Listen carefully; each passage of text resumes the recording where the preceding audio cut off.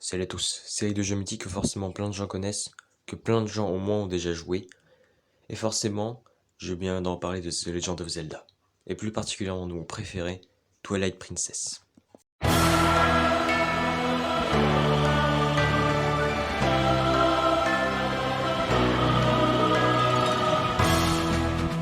Si vous savez pas d'où vient Zelda, sachez que ça a été créé en 1987 par Shigeru Miyamoto et Takashi Tezuka.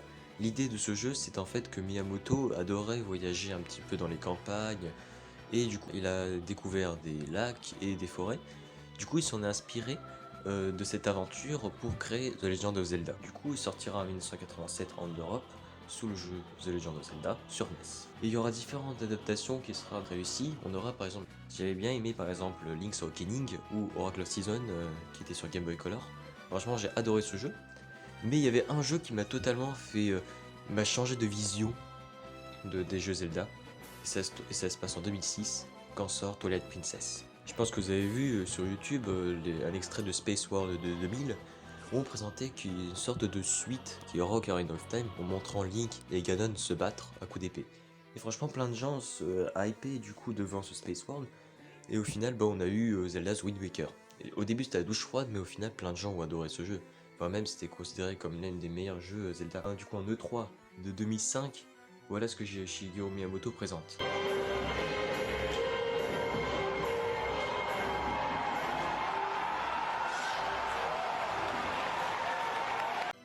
Un bon vieux Zelda avec un univers vraiment incroyable, avec un Link vraiment ténébreux, mais vraiment on passe du mode serious business. Attention, ça va secouer. Et là, plein de gens n'ont jamais été aussi hypés de voir ça. Même l'entrée de Shigeru Miyamoto a été impressionnant.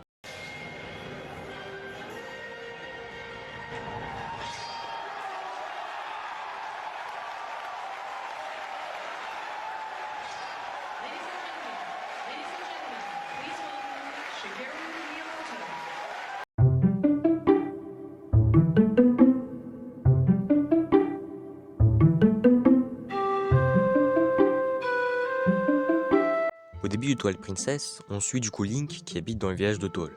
Jusque là tout va bien. Et là tu te dis, vas-y je vais aller maintenant partir de ce village, je vais aller un petit peu visiter un petit peu partout. Sauf que non, on est comme dans Ocarina of Time, tu es resté coincé dans cette village. Et du coup, c'est en fait un tutoriel. Ce tutoriel, il va t'emmerder.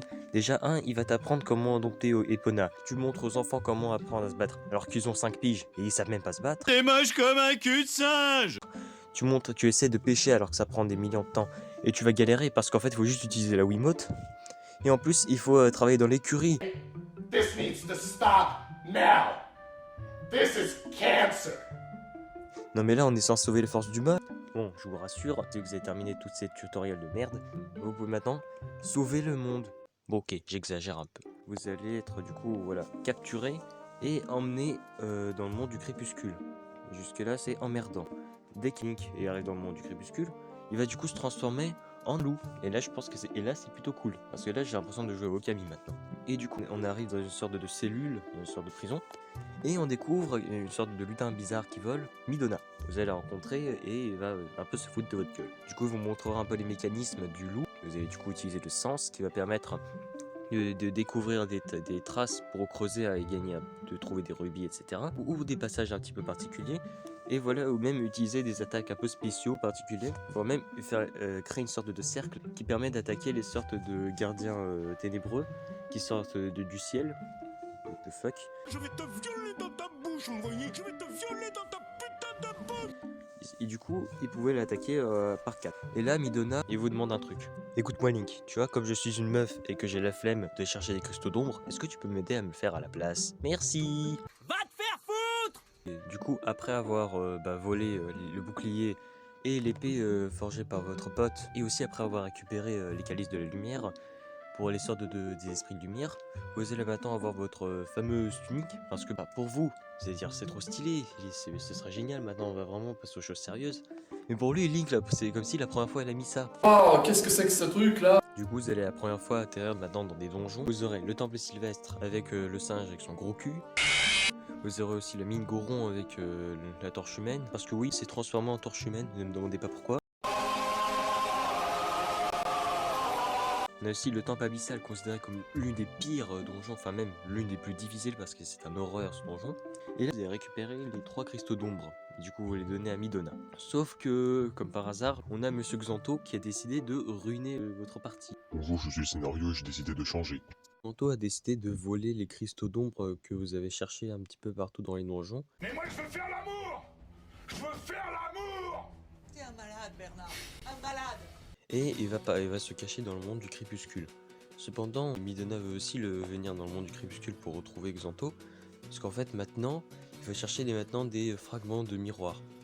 Des fragments de miroir qui va permettre du coup vous atterrir dans le monde du crépuscule. Il faut chercher, par exemple, vous avez dans le désert Gerudo le tour du jugement, vous allez faire du Beyblade. Nouveau Beyblade. La ruine des pics blancs, dans le massif des pics blancs, avec des guides qui va vous faire flipper. Ah. Il y aura également le temple du temps qui sera vraiment inspiré de Ocarina of Time, où vous allez utiliser des statues grâce à votre bâton, et vous allez utiliser comme des esclaves. Espèce de sac à foutre, j'ai noté ton nom. Tu vas roter du sang. Défense de rire et défense de pleurer. Et le dernier, vous allez carrément être propulsé sur les nuages. Vous allez parcourir Celestia, sorte de monde où vous marchez sur les nuages. What the f... Ne t'inquiète pas, ça va bien se passer. Bien se passer, ne t'inquiète pas. Dès que vous avez récupéré les pièces du miroir du crépuscule, vous pouvez maintenant accéder au monde du crépuscule. Et là, cette fois-ci, vous allez parcourir dans le palais, où vous allez voir qu'il y a plein de gens qui se sont transformés en ténèbres, et qui sont vraiment comme des zombies. Et à la fin, vous retrouverez Xanto, et vous allez avoir un combat assez bizarre, parce que il va venir souvent vous faire téléporter dans des donjons que vous avez visités. Par exemple, voilà le mine Goron, le massif des pics blancs. Et donc à la fin, lorsque vous allez le battre, Xanto, vous allez du coup aussi retéléporter dans le monde réel. Et là, vous pouvez maintenant accéder au château d'Hyrule. Et là, Midona, comme va utiliser maintenant ces fragments cristaux d'ombre, celles que vous avez cherché au début, et bah du coup il va se transformer en un monstre dégueulasse. Bizarre. Dégueulasse. Dans le jeu, vous pouvez rencontrer des sortes de loups dorés, mais il faut d'abord voir, il y a des sortes de statues qui permettent de vous faire une sorte de musique dans l'oreille. Et ensuite, vous allez répéter un suivi avec votre loup. Comme ça, dès que vous avez réussi à faire la musique correctement, il va vous montrer un emplacement pour vous montrer quelque chose.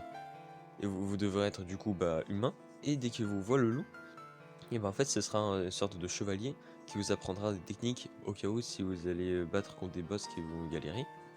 Et c'est un petit peu pratique néanmoins. Il y a certaines des coups par exemple qui peuvent être pratiques. Il faut avoir un petit peu tout ce genre de techniques pour essayer de battre Ganon. Et si vous avez tout ça, franchement, vous êtes serein de battre Ganondorf. Dans le château d'Hyrule, vous allez voir que ça c'est compliqué. Il y a plein de clés cachées, il y aura des boss qui vont vraiment vous emmerder. Par exemple, il y aura des chevaliers qui sont gigantesques. Ces chevaliers qui sont en horreur à battre. Donc bon courage pour ne pas mourir. Et à la fin, quand vous allez chercher Ganondorf, là il y aura un combat vraiment incroyable. Déjà, dans la première phase, Ganondorf va contrôler Zelda. Vous allez faire une partie de ping-pong.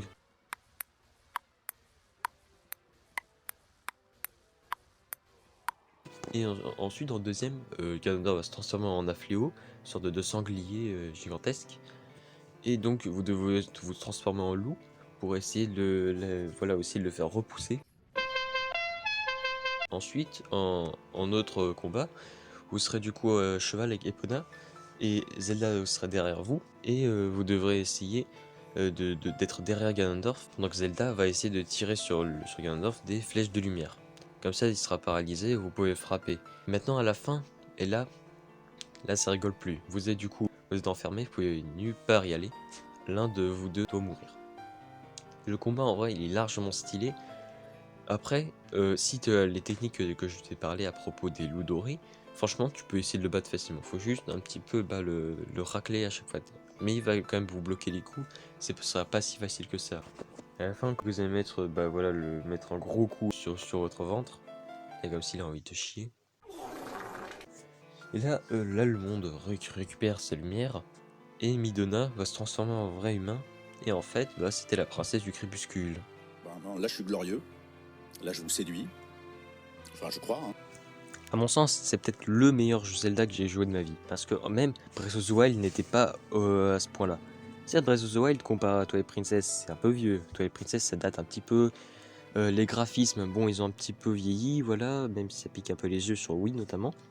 Mais ça reste un jeu vraiment incroyable. On s'en bat avec du graphisme, tant qu'il y a une histoire vraiment incroyable. Et ça, j'aime bien. T'as encore même des quêtes annexes que tu peux faire, par exemple les insectes dorés, la caverne de Lord Ali, les épreuves du loup. Vous aurez plein de quêtes comme ça, rigolo, et c'est vachement bien. En fait, je pense que Zelda Twilight Princess s'est inspiré un peu de d'Ocarina of Time. Enfin, tu as reçu une fée, Anas. Yippee, quelle bonne journée! Par exemple, notamment pour le premier combat contre Ganondorf. Mais aussi, par exemple, dans du temps.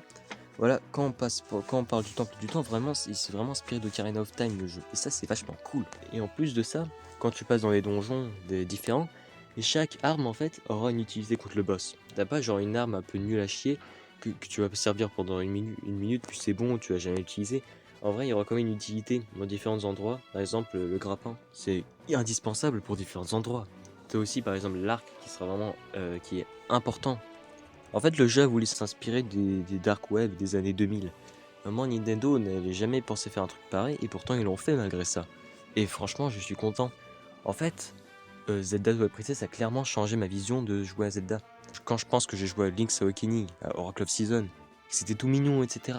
Là, j'ai clairement j'ai jamais vu un truc aussi dark de ma vie. En soi, en fait, j'ai tellement voulu avoir un Zelda Twilight Princess 2 pour continuer un peu la suite. Même si il existe un manga d'ailleurs sur Twilight Princess, qui a le tome 11 d'ailleurs qui va bientôt arriver en France. Et du coup, bah franchement, c'est largement cool parce que vraiment, Twilight Princess c'est vraiment apprécié par des gens aujourd'hui.